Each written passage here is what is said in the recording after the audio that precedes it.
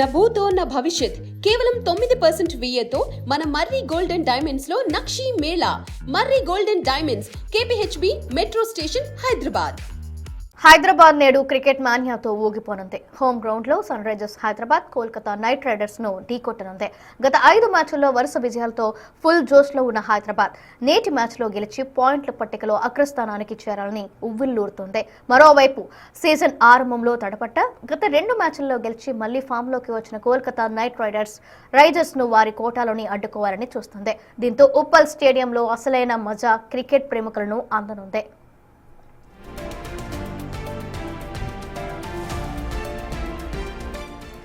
ఇరు జట్ల బలాబలాలను పరిశీలిస్తే ఇప్పటి వరకు ఐపీఎల్ చరిత్రలో కోల్కతాదే పై చేయగా ఉంది. ఈ 2 జట్ల మధ్య జరిగిన 31 మ్యాచ్ల్లో KKR 19 సార్లు విజయం సాధించగా సన్ రైజర్స్ 11 సార్లు మాత్రమే గెలిచింది. అయితే ఈ సీజన్లో పరిస్థితి భిన్నంగా ఉంది.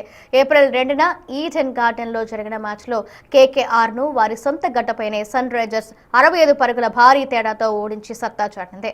అప్పుడు నితీష్ కుమార్ రెడ్డి ఆల్రౌండ్ ప్రదర్శనతో ఆకట్టుకోగా అభిషేక్ శర్మ, ట్రావిడ్ హెడ్ విధ్వంసకర బ్యాటింగ్ రైజర్స్ కు పెద్ద ప్లస్ పాయింట్ గా మారింది. ఆ ఓటమికి ప్రతీకారంగా కోల్కతా రివెంజ్ ప్లాన్ చేసింది.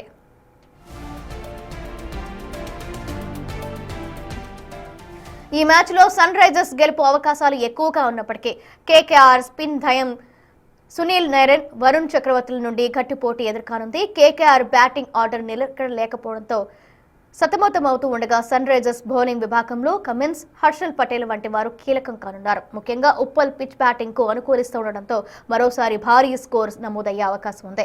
ఈ మ్యాచ్ లో గెలిచి తమ ప్లే ఆఫ్ అవకాశాలను మరింత మెరుగుపరుచుకోవాలని ఇరు జట్లు పట్టుదలతో ఉన్నాయి. మరి హోమ్ గ్రౌండ్ సపోర్ట్ తో ఆరెంజ్ ఆర్మీ జెండా పాతేస్తుందో లేక KKR ప్రతీకారం తీర్చుకుంటుందో చూడాలి. ఈ మ్యాచ్ సందర్భంగా ఉప్పల్ స్టేడియంతో సహా పరిసర ప్రాంతాల్లో పోలీసులు ట్రాఫిక్ ఆంక్షలు విధించారు. స్టేడియంతో పాటు సమీప ప్రాంతాలను పోలీసులు తమ ఆధీనంలోకి తీసుకుని నిఘా పెంచారు. నాగోల్ నుంచి హబ్సిగూడ, బోడుప్పల్ నుంచి అంబర్పేట వైపు వెళ్లే వాహనదారులు ప్రత్యామ్నాయ మార్గాలను ఎంపిక చేసుకోవాలని పోలీసులు సూచించారు. ఉప్పల్ జంక్షన్, రామంతపూర్ మీదుగా రాకపోకలు కొనసాగించే అవకాశం లేదన్నారు.